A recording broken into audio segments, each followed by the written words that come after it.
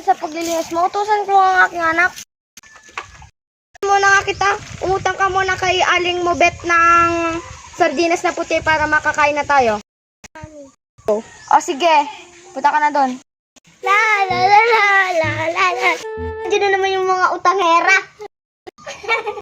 La la la la la. Utang nga po ng sardinas ng kulay white na sardinas. Mag-uutang ka na naman! Di pa nga kayo nakabayad ng utang nyo sa akin! Ang ingay-ingay mo! Utangin mo na lang kami. Utangin mo kami, hindi? Hindi! Eh di wow, ang imit mo naman. Talaga. Bakit ka masungit, Leia? Kaya ako na pautangan. Santibet. Hayaan mo na lang yun, madamot yun. Bye. Sungit, da.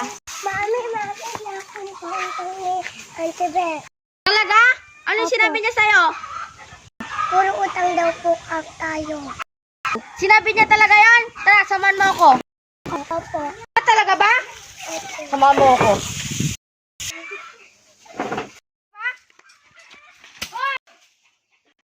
Ano pa yun? Ang ingay-ingay. Patignan ko nga. Ito pala, Mariposa.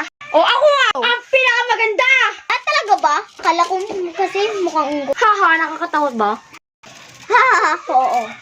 Ay, bakit di mo pinautay yung anak ko? Ang kapal mo ah! Oo na, hindi niya ako nagpapautang. Matawag nga si Leia. Leia! Tara, laro tayo. Sige, papaalam ako kay mama. Anak, basta kasama mo si Negra maglaro sa duyan-duyan ha? Sige po, man. Yay!